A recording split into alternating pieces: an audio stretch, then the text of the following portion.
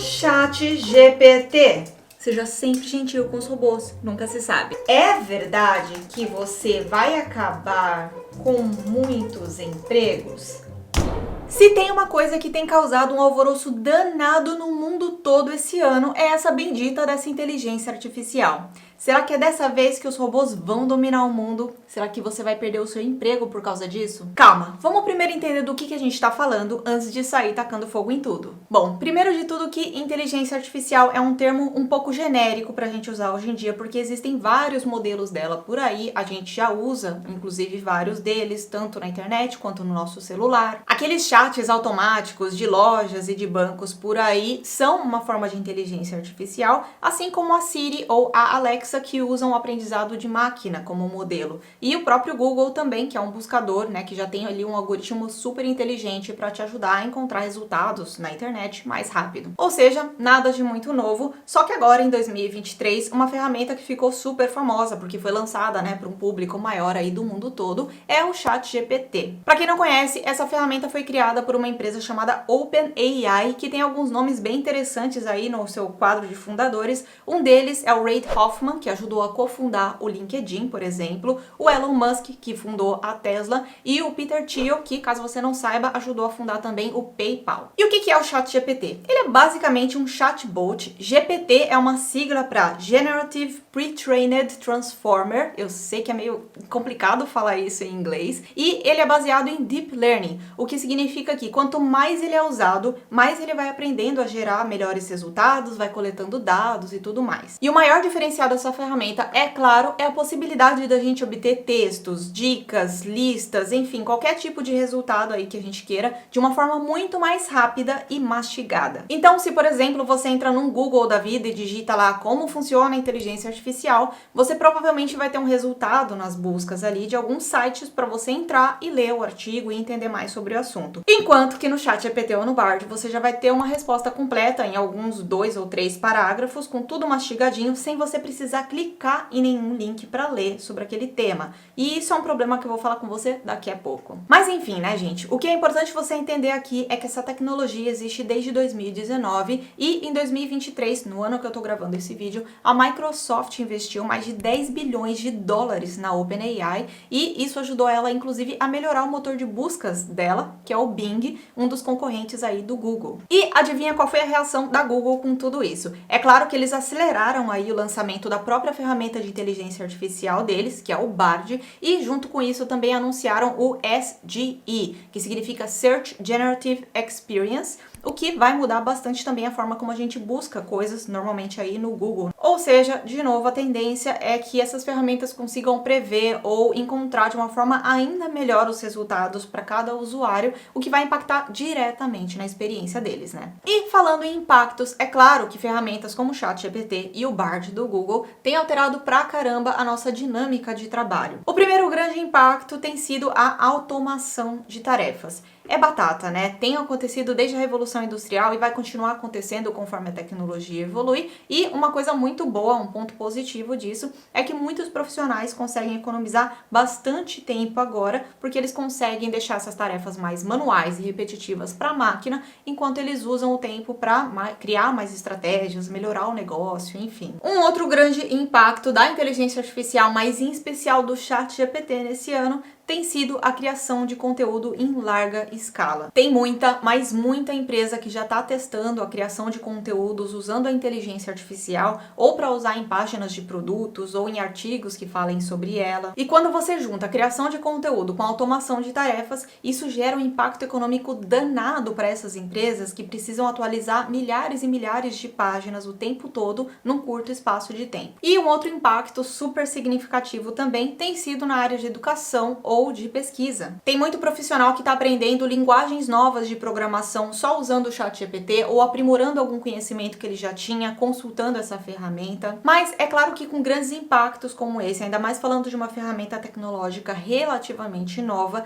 a gente precisa tomar certos cuidados. Então, primeira coisa é prestar atenção nos dados factuais que essas ferramentas apresentam quando elas geram conteúdo, né, pra gente. Ou seja, fatos, datas, nomes, referências bibliográficas criptográficas, entre outras coisas, precisam sempre ser muito bem revisados, porque existem casos da ferramenta criar referências que nem existem, inclusive sobre um determinado tema, e isso pode ser bem perigoso. Outra coisa super, mega, ultra importante, presta bastante atenção no que eu vou te falar agora. Não use dados pessoais ou dados corporativos dentro dessas ferramentas, porque elas são externas, elas coletam esses dados. Eu vi muita gente no YouTube ou no LinkedIn postando dicas de como que você pega uma tabela ali, né, da sua empresa, do Excel, e transforma em uma coisa melhor, ou automatiza uma coisa ali, só que precisam ter cuidados com relação a isso, porque muitos dados que você tem da sua empresa são sensíveis, então talvez tenha alguma forma de você anonimizar esses dados, mas por favor,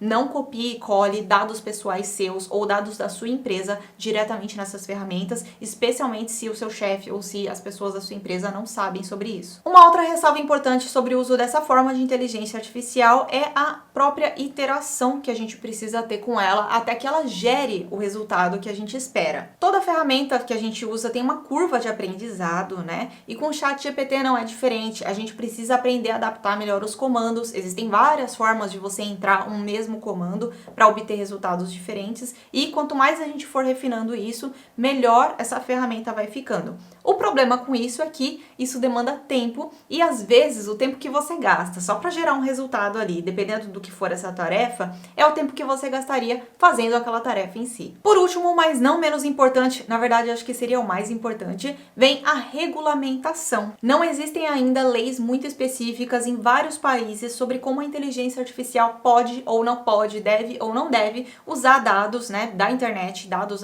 das pessoas para gerar novos conteúdos. Ou seja, no futuro a gente também precisa ter regras mais específicas sobre como que isso pode funcionar, o que pode, o que não pode, até porque além de textos, essas ferramentas estão gerando fotos, imagens de pessoas. Tá, e agora que você sabe sobre tudo isso, você tem uma noção de como que você deve surfar aí por esse assunto, né, tanto na sua empresa quanto na sua profissão. O que eu vou te falar agora é a minha opinião, tá? Você não precisa ser aquela pessoa que vai usar a inteligência artificial para tudo, como muita gente tem feito por aí pela internet, com a explosão desse assunto. Para mim, por enquanto, essa ferramenta tem ajudado bastante a estruturar certos tipos de assuntos ou materiais de conteúdo que eu preciso fazer, ou então eu gosto de usar ele para me relembrar ou para obter algumas ideias de conteúdos para não deixar nada passar, por exemplo. Ou também se tem alguma fórmula do Excel que você tá com dificuldade ou você quer facilitar, né, melhorar algum tipo de código aí de programação que você esteja aprendendo, você pode jogar lá, toma cuidado com os dados de novo, mas isso pode te ajudar a melhorar e a acelerar aí a produção de alguma coisa que você esteja fazendo. Enfim, tem muita gente que tá super avançada já nesse assunto, tem gente que ainda é bem iniciante, tem gente que nunca vai usar essa ferramenta porque é cética ou porque tem medo, então tudo depende da sua profissão e de como que a sua empresa vai investir nessas coisas também. Agora, se eu tô preocupada se isso vai afetar o meu emprego ou não, eu acho que eu tô tão preocupada quanto várias outras pessoas por aí devem estar. Eu tenho mais uma curiosidade de saber como é que tudo vai rolar daqui pra frente, que empregos vão mudar, como é que vai ser a dinâmica e tudo mais. E só pra você não ficar muito desesperado e desesperada aí desse lado, considera que existe também um tempo pra adoção dessas ferramentas por todas as pessoas. É só você lembrar da pira que foi com o assunto do metaverso nos últimos anos e que ainda não é 100% adotado, que ainda não vingou, né, de certa forma. Tem também aqueles óculos de realidade virtual, já criaram vários tipos. No mundo gamer talvez esteja mais evoluído. A Apple lançou um nesse ano aí para começar, né, talvez a voltar com essa tendência, mas é só para você ter noção de quanto tempo uma tecnologia, depois que ela é apresentada, demora para de fato ser adotada aí por consumidores, usuários comuns em todo o mundo. Bom, e o que a gente pode concluir com tudo isso? Respondendo a pergunta lá do começo do vídeo, vai demorar um bom tempo ainda para que a inteligência artificial esteja refinada, melhorada, inteligente, que existam leis e regulamentações o suficiente para ela de fato substituir muitos empregos por aí. Eu sei que tem existido alguns cortes em algumas empresas, especialmente agências que criam conteúdos, mas para outros tipos de emprego ainda vai demorar para isso acontecer. Por outro lado, essa tecnologia, quando adotada, né, por mais empresas, vai demandar novos tipos de profissionais. Eu ainda não sei quais profissões podem surgir disso, mas com certeza a gente vai precisar de pessoas ali com estratégia, com conhecimento, que saibam algumas linguagens de programação, inclusive, para adaptar melhor essas ferramentas de inteligência artificial para cada tipo de negócio. E justamente para a gente não entrar em pânico à toa com coisas que a gente desconhece,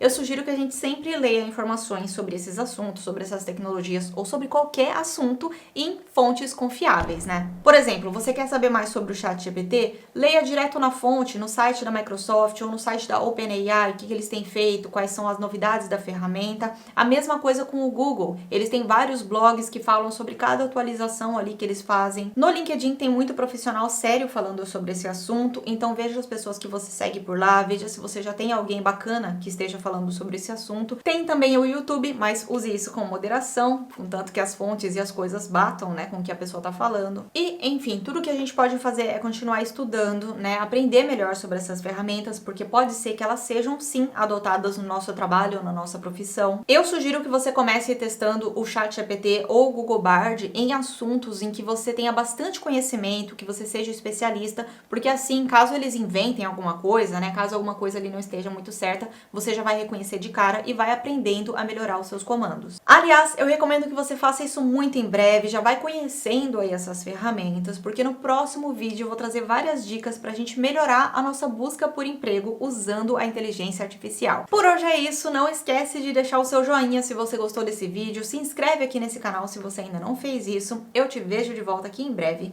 e até mais!